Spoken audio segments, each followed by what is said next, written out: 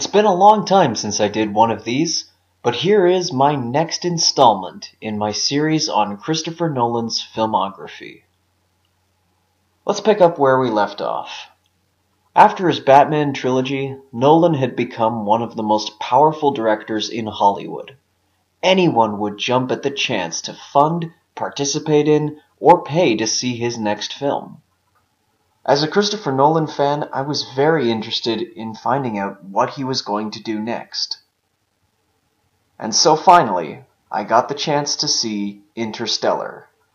And when I left the cinema, I had one main thought.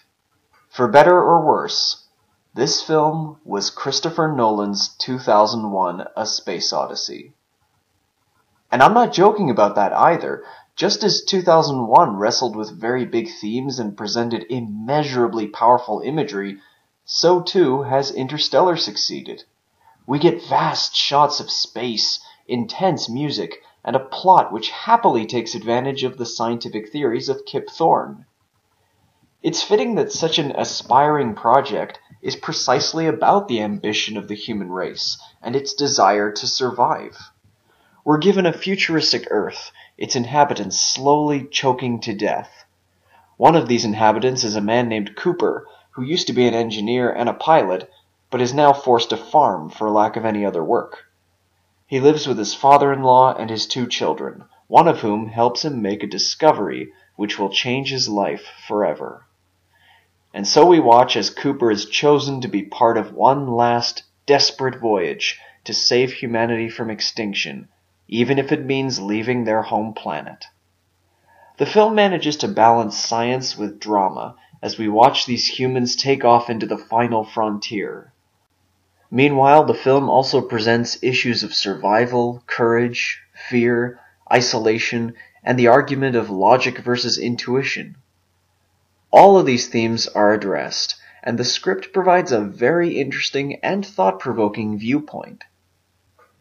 Meanwhile, the cast is filled out with an incredible list of famous names, too long for me to get into here, and they all play their parts very well. Matthew McConaughey and Anne Hathaway are given the most to do in their roles, and we watch as they clash over what the right thing to do is when obstacles threaten to ruin their mission.